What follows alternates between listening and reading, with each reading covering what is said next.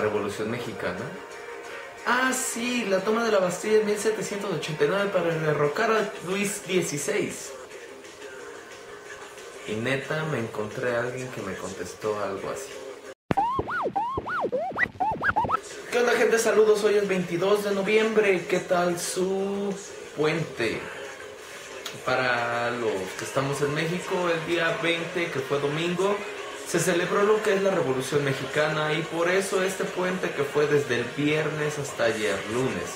Pero la pregunta, al igual que hace 2 meses, es ¿qué tanto saben sobre esto? Una mosca. Bueno, me agradó leer dentro del Face del programa de que una persona, Rafa Cepeda, si no mal me equivoco, me pidió que hiciera un video parecido a lo que hice en estas fechas, 16 de septiembre.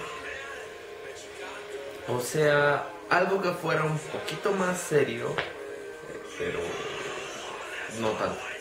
Así que empecemos un poquito sobre esto. El 20 de noviembre de 1910, a las 6 en punto, comenzó lo llamado Revolución Mexicana. 100 años antes, los mexicanos emprendieron una lucha para sacar a los españoles que apestaban y arruinaban todas las cuestiones de los indígenas de aquel entonces.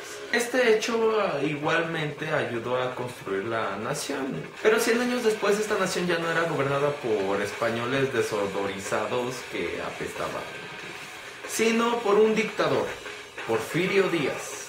Durante más de 30 años el general Díaz se mantuvo en el poder. Es por esto que lo de dictador. Los ciudadanos no podían elegir a otro gobernante, ya que pocas personas son las que acaparaban todo el poder en aquel entonces, lo que causó que la desigualdad se hiciera realmente notable. El rico era cada vez más rico y gozaba de los placeres al estilo europeo, es decir, con muchas mujeres. Y los pobres eran cada vez más pobres, viviendo en pequeños jacales y sobreviviendo con menor cantidad de mujeres, pero al igual era con más de una. Pero en esta etapa se da a conocer una clase social que para aquel entonces era totalmente desconocida, la clase media, la cual hacía que los empresarios hicieran crecer poco a poco sus ganancias. Ferraris, joyas, tenían Sky, Xbox, PlayStation 3, casa con alberca, etc. Este era más o menos el ambiente que se vivía en aquel entonces en nuestro país por el siglo XX. Pero empezaba a sonar el nombre de un político por todas partes. Estoy hablando de Francisco I. Madero. Él hizo muchas cosas en su vida, aunque 30 años de esta se la pasó jugando con espíritus chocarreros hasta que le tocó vivir lo que era la violencia de una revolución. El presidente Díaz consideró que México ya estaba listo para dar un paso adelante y vivir en un gobierno al estilo democrático. Pero para que esto fuera posible, tenían que haber diferentes partidos que estuvieran compitiendo entre ellos. Madero aprovechó esta nueva postura de Díaz y se postuló como el presidente del nuevo partido que había creado, el cual se llamó Partido Antirreeleccionista. Pero a la mera hora, don Porfis se negó a dejar el poder. Poco antes de las elecciones de 1910, Madero fue encarcelado en Monterrey y después trasladado a San Luis Potosí, acusado de conspirar para sacar a don Porfirio Díaz del poder. Con Madero fuera del escenario y con un fraude electoral de Porfirio Díaz con abuelo Ife, Porfirio Díaz ganó nuevamente la presidencia de México. Madero es puesto en libertad condicional. ¿Cuál era esta condicionante? Que no podía acercarse a México, con lo que se va a Gringolandia. Decide ir a San Antonio, Texas, cruzando por Laredo como mojado, donde escribe un tratado, el cual es conocido como el Plan de San Luis. El Plan de San Luis, como ya lo dije, fue escrito en Estados Unidos, en el cual se declaraba que las elecciones eran un total fraude, como siguen siendo hoy en día.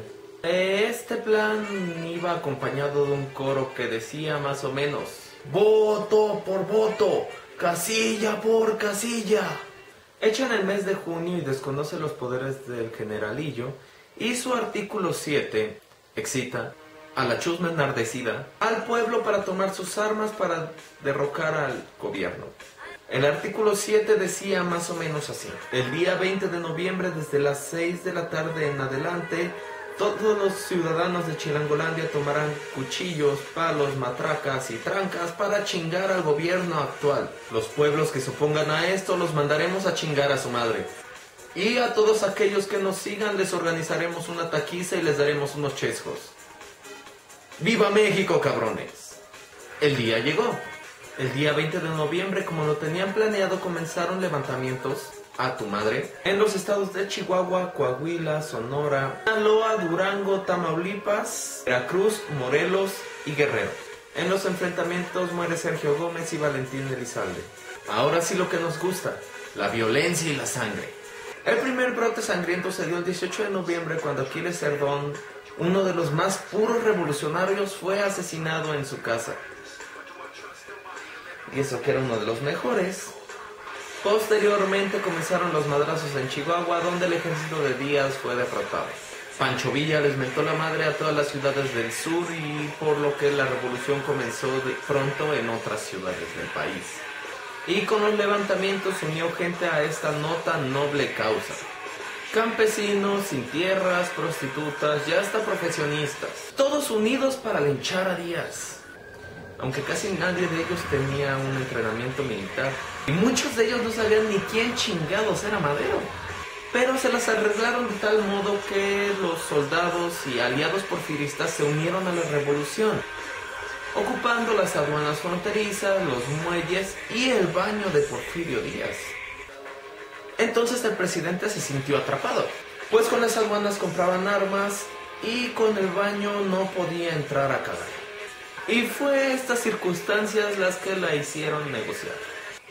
Firmaron el pacto conmigo, donde Díaz firma que renuncia a la presidencia para irse después a Francia y ahí morir. Después de 6 meses de madrazos, palazos, vergazos y todo lo que termine en azos, se consideró que la revolución maderista fue la más chingona. Madero, como era el general, mandó a alguien de su gente para que fuera presidente interino para no parecer más corrupto. Al llegar el año nuevo de 1911, que actualmente no es tan nuevo, llegaron las elecciones y con esto otra etapa de madrazos. Así, con un partido dado en la madre, Madero llegó a la cima. Las pendejadas revolucionarias empezaron a ponerse de la chingada. A poquitos 20 días de haber tomado la presidencia, Doroteo Arango, quien se hacía llamar Emiliano Zapata, se levantó en su contra arguyendo que el primer problema que se tenía que solucionar era la problemática relacionada hacia las tierras. ¡Tierra y libertad!, gritó Zapata. Y tierra y libertad, gritó del pueblo. Como podrán notar, la gente en aquella época era como borreos. Sí, aquella época. También este año y el 20 de noviembre nace un niño del mismísimo Monsenbol, cual le pusieron por nombre Anit de la Red. A las 2 horas de dar alumbramiento a este niño fue abandonado en el bosque de la Cusco sin conocer actualmente su ubicación. Llega algo conocido como la Decena Trágica, y entonces aparece Victoriano Huerta, el principal autor de estos 10 días sangrientos vividos aquí en México, lindo y querido. Todo esto consiste en 10 días que son de guerra y violencia para derrocar al presidente de una sola forma, matándolo, volviéndose Huerta al presidente. Pero aquí no se acaba esto. Las tropas rebeldes comenzaban a vencer a las federales de Huerta, ya que las federales no salían tan entrenadas como antes. Eran feamente obesos y se cansaban con la sola idea de tener que perseguir a alguien, cosa que sigue hasta nuestros días. Por este hecho, la gente de Villa y de otros jefes fueron, y el 15 de agosto de 1915 ocuparon la capital de Chilangolandia y Obregón quedó como la autoridad principal. Este personaje mandó a arrestar a todos los sacerdotes y exigirles $500,000 de pesos. Tiempo. Perdón por el cambio de escenario, llegó mi gente y siendo sincero, son un poco escandalosos. Decía, en general la acción carrancista fue vista desde muchos puntos como antirreligiosa. Por otra parte, el área de mando de Zapata nunca pasó por nada de esto. Huerta acabó con su gobierno, pero no con esto llegó la paz, puesto que había conflicto entre los jefes. Cada jefe exigía 10 mujeres, una botella de tequila y la presidencia, pero ninguno se lo permitía. Entonces la gente decidió hacer una convención en la cual cada quien escogía a sus mujeres y el puesto en el gobierno federal. A este hecho se le llamó Convención de Cabrones Calientes, cuyo nombre se deriva del estado en el que se encontraban los jefes constitucionalistas. Y bueno, en resumidas cuentas, esto es lo que fue la revolución de 1910, 20 de noviembre, para que sepan por qué estuvieron de huevones en sus casas, ¿sale?